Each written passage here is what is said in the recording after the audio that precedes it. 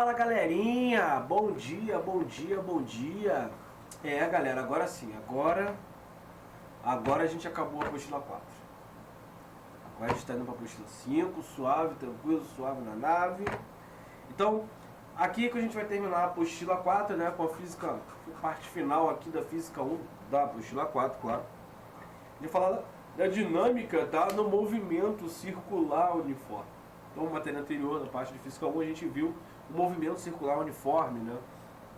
Então a gente viu com relação à variação do módulo, né? Não variação do módulo, mas o sentido, né, do vetor velocidade, né? E essa variação, né, do sentido do nosso vetor velocidade, isso gera uma aceleração. E hoje a gente vai ver aqui, né? A gente vai trabalhar isso aqui nessa parte de dinâmica de movimento circular uniforme. Beleza? Então, sem mais delongas, porque a gente vai fazer bastante questão aqui, vai trabalhar bastante coisa, vamos começar a brincadeira. Então vamos lá, deixa eu pegar aqui, botar meu espinho aqui. Então, introdução, tá galera? Então, até agora a segunda lei de Newton a gente aplicou nos movimentos retilíneos. Aqui não. Aqui agora a gente vai começar a trabalhar com as leis de Newton também, só que no movimento circular. Então, quando a trajetória do movimento é curva, a análise do movimento é um pouco, não vou dizer complexa, mas ela é um pouco diferente. A gente tem que se atentar a alguns detalhes, algumas mudanças. Então, por exemplo, né, a gente vai considerar o caso representado na figura que eu desenhei à mão. Podem perceber que está bonitinho. E essa partícula, deixa eu mudar a cor aqui, cara. Né? E a partícula se movimenta em uma trajetória curva e os vetores velocidade, que são sempre tangentes à trajetória. Então, ó, primeira coisa, né? Esses vetores, eles são sempre tangentes à nossa querida trajetória. E eles são mostrados em 3 posições distintas. Então eu vou chamar esse cara de V1, esse cara de V2 e esse cara de V3. Então, nós temos ali 3 posições distintas do nosso querido vetor. Tá? E o que isso vai acarretar, Vandos? O que isso pode acarretar para a gente? Bom, nós já vimos lá na parte de movimento circular uniforme, né, que os módulos dessas velocidades podem até se manter. Porém, né, como há uma variação do sentido, se há, né, o que vem na cabeça quando a gente fala de variação de sentido, né, quando a gente fala de variação de velocidade. Então toda vez que a gente fala de variação de velocidade, bom, eu lembro, né, anteriormente que isso gerava para mim uma aceleração. Mas se os módulos dessas velocidades se mantêm, como assim vai ter uma aceleração? Né? Por isso que a gente fala que essa parte de movimento circular, a análise desse movimento, ele é um pouco complexo, mas nada demais, tá? Nada demais. Ao final da matéria vocês vão ver que não é nada tão complexo assim, tá? Então pensa o seguinte, variou velocidade. O módulo mantém? Mantém, tudo bem, mantém o módulo. Porém, vai ter uma variação de sentido. Essa variação de sentido, falou em variação de velocidade, a gente tem, vamos imaginar, uma aceleração. E a gente já vai conhecer algo. E aí, deixa eu botar aqui, beleza. E aí, ó, pela lei da inércia, a trajetória de um corpo livre da ação de forças, né, é retilínea. Então, portanto, em um movimento curvilíneo, né, o movimento, né, curva ali, a gente deve existir uma força para modificar essa direção da partícula, né? Senão ela vai seguir pela tangente e segue reto. Então essa força deve apontar para o centro da curva, né? É como se fosse o seguinte, vamos imaginar uma corda. Pega uma cordinha. Quem foi criança, né? Claro, aqueles que não foram criados em apartamento, não é? Mas aquela criança que pegou, por exemplo, um pedaço de corda, amarrou uma pedrinha e ficou girando, né? Percebam que o movimento dessa nossa corda, né, da nossa pedra, é um movimento circular. E aí, de repente, fica muito complicado de reparar na hora ali, mas se caso essa corda rompesse, o que aconteceria? Essa pedra sairia pela nossa querida tangente. Então, nesse caso, nós temos ali a cordinha segurando essa pedra, né? Em direção aonde? Ao centro, onde nós estamos, ó, segurando. Tudo bem? E aí essa força apontada para dentro da curva, como mostra na figura, né, não nos preocupamos por enquanto com a direção exata da força. Só imagine essa situação. Não se preocupe ainda, né, com essa direção exata da força. E aí nós temos aqui, ó, o vetor velocidade. Então, ó, V1, V2, V3. E aqui dentro, né? Deixa eu tentar trocar a cor aqui. Consegui. E aqui dentro nós temos, ó, F1, F2 e a nossa querida F3. Né? Beleza? E é o seguinte, também existe um argumento mais formal. Mesmo se os vetores de velocidades indicados na figura têm o mesmo módulo, existe diferença na direção e sentido, como eu havia falado para vocês anteriormente. Agora, né? Porém ali existe variação de velocidade, foi como eu falei. Tudo bem, ele tem direção, tem variação de direção, tem variação de sentido, mantém o mesmo módulo, beleza. Mas quando a gente fala de variação de velocidade, né, a gente, quando fala variou velocidade, vamos subentender o que? Tem aceleração aí. Qual? Epa, calma aí que a gente já vai chegar lá, tá? Mas teve uma variação, aceleração, tá? Então, consequentemente, existe aceleração, né? E de acordo com a segunda lei de Newton, né? Se existe aceleração, existe força. Ah, eu esqueci agora qual é a segunda lei de Newton. Força resultante é igual a massa do sistema vezes a aceleração do sistema. Se a gente tem um sistema em que a velocidade é constante, a gente tecnicamente não vai ter força. Por quê? Porque a aceleração, quando a velocidade é constante, a aceleração é zero. E aí, a força resultante vai acabar sendo zero. Tudo bem? E aí, né? E aí, vamos falar agora de movimento circular uniforme. Tá? Então, quando a gente fala aqui de movimento... Deixa eu tirar aqui meu rosto lindo daqui. Deixa eu botar aqui. Então, quando a gente fala de movimento, tá, circular uniforme, o que a gente tem que, né, o que a gente tem que ter em mente? Né? O que a gente tem que ter em mente? Bom, na figura, né, na figura aqui, está ilustrado o movimento de uma partícula de massa m e uma trajetória circular de raio r.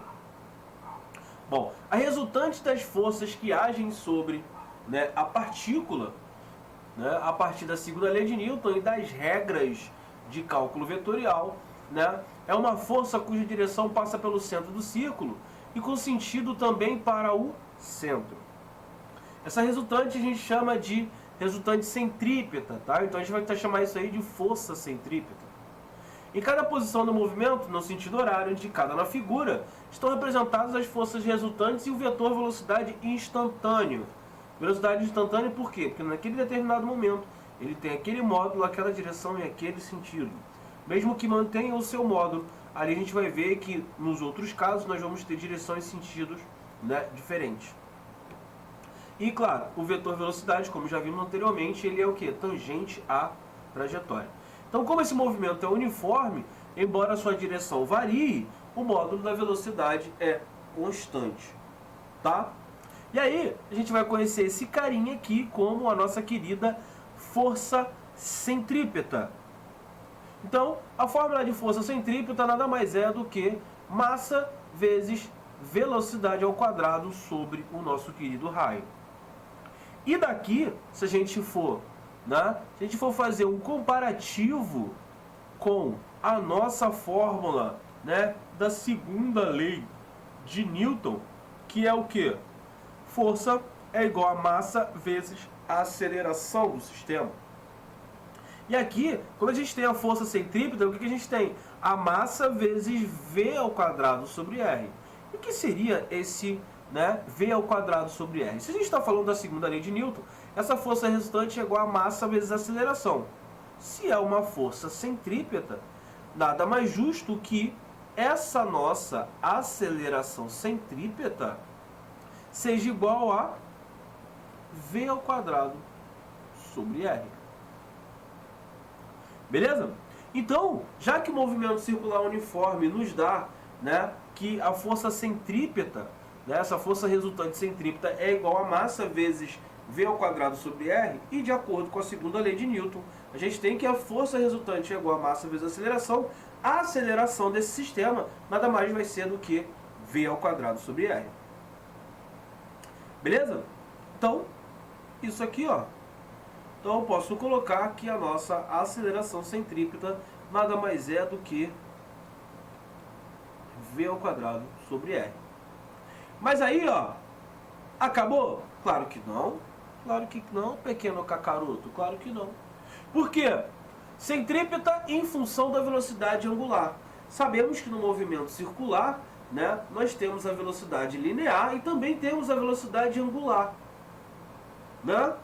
Lembrando, claro que vocês lembram, mas, né, eu sei que vocês lembram, mas eu vou colocar aqui, que é o que? Velocidade linear nada mais é do que a velocidade angular vezes o raio, tá? Então, o nosso V nada mais é do que o nosso W vezes o nosso raio. E aí, ó, quando a gente quiser fazer a aceleração em função, é claro, da velocidade angular, como é que a gente vai fazer isso? Simples, ó. Aceleração centrípeta nada mais é do que V ao quadrado sobre R. E aí eu substituo no lugar do V quem? Ômega vezes R ao quadrado sobre R. Isso aqui vai gerar pra gente, ó, ômega ao quadrado vezes o meu raio ao quadrado sobre R. Isso dá ômega ao quadrado vezes R. Então, quando a gente tiver, né, quando a gente tiver essa situação em que a aceleração centrípeta do nosso sistema, né, estiver em função, no caso da nossa velocidade angular, é simples, é só de substituir. E aí, essa aceleração centrípeta vai ficar V ao quadrado vezes R.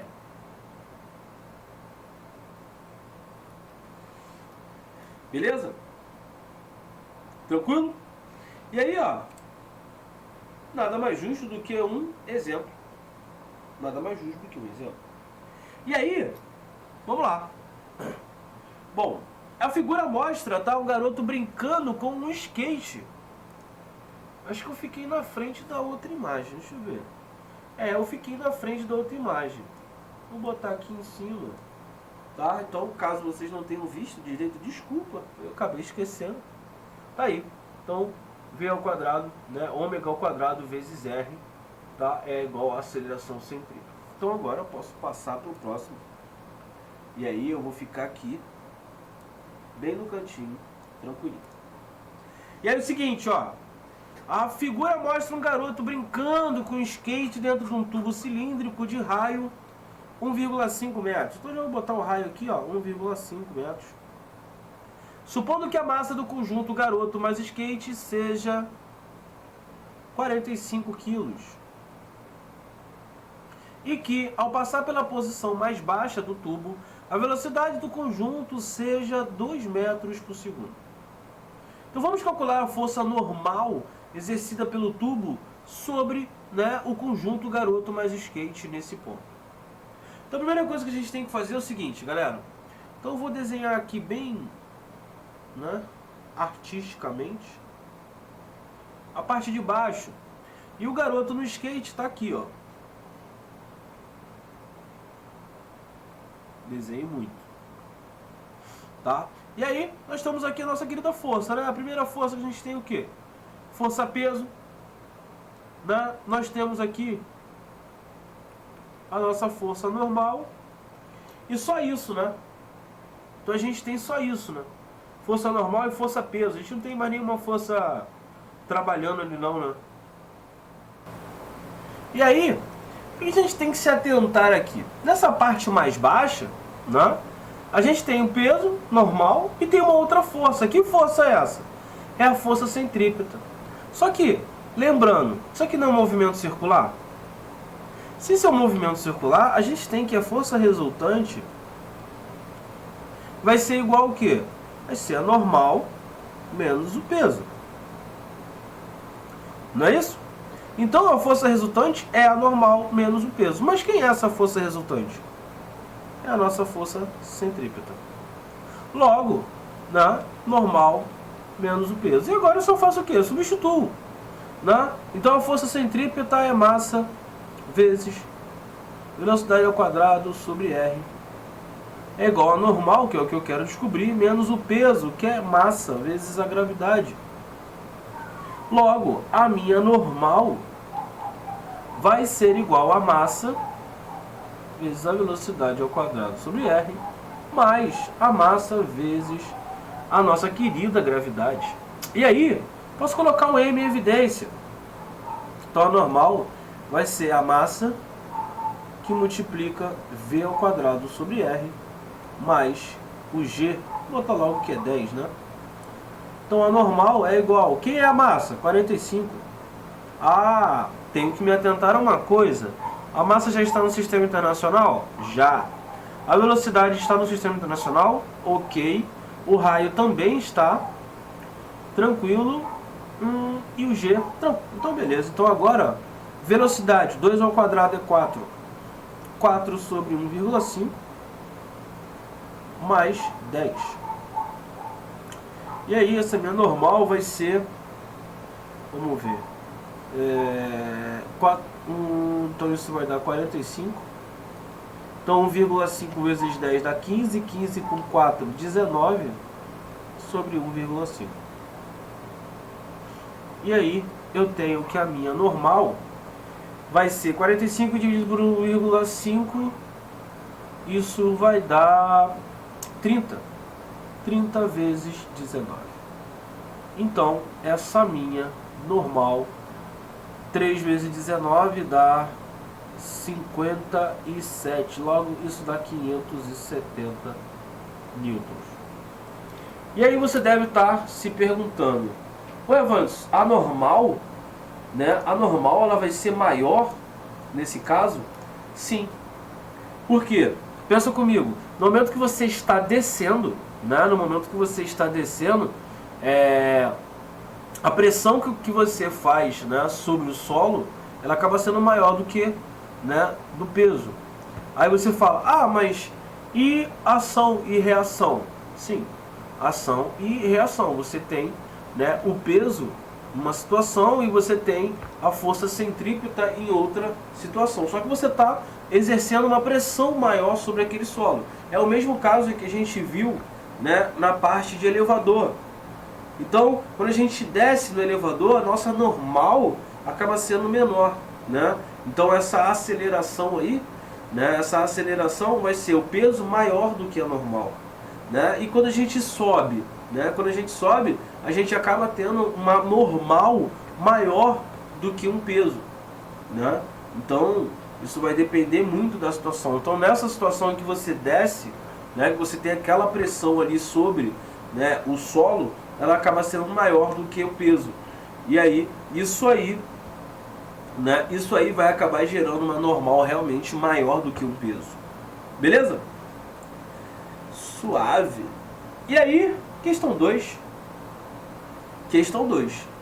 Então a questão 2 é o seguinte: o automóvel na figura abaixo passa com velocidade 15 metros por segundo, tá? Então tá lá, velocidade 15 metros por segundo. E aí é o seguinte, ele passa com essa velocidade por um trecho em uma lombada, né, de uma estrada. Então, considerando que a lombada seja circular e tem um raio de 150 metros, e que a massa do automóvel é 1000 kg, vamos calcular a intensidade da força normal exercida pela estrada sobre o automóvel no ponto mais alto da trajetória. Ao contrário, né, do que víamos anteriormente, em que na parte de baixo, né, nós tínhamos o quê? Que a força normal acabava sendo maior do que a força peso. Já nesse caso, a nossa resultante centrípeta, né, nesse caso nós teremos a força peso sendo maior do que a força normal. Beleza? E aí, tranquilamente a gente vai, né, e trabalha isso aqui. Então posso colocar, ó, passando para o outro lado, normal, né, vai acabar sendo peso menos a força centrípeta. Então agora vamos calcular, ó, que é normal, peso. Então vou botar aqui 10 ao cubo vezes a gravidade, que é 10, menos a força centrípeta. Então vamos lá, força centrípeta vai ser... Bom, força centrípeta M. Vamos lá, massa é 10 ao cubo. Velocidade é 15, então é 15 ao quadrado. Sobre o raio, que é 150. Tá? Então, ó, essa normal aqui vai ser 10 à quarta. Menos. Aí aqui, o que eu vou fazer? Eu vou abrir assim, ó. 10 vezes 10 ao quadrado, vezes 15, vezes 15, sobre 150. Por quê?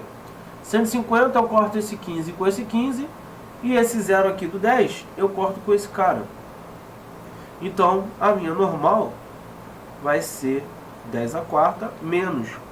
Então, vai ficar 15 vezes 10 ao quadrado. Então, eu vou botar aqui, 15 vezes 10 ao quadrado. Suave. E aí, ó, quem é a minha normal? Eu posso botar o seguinte, ó, 100, né, 100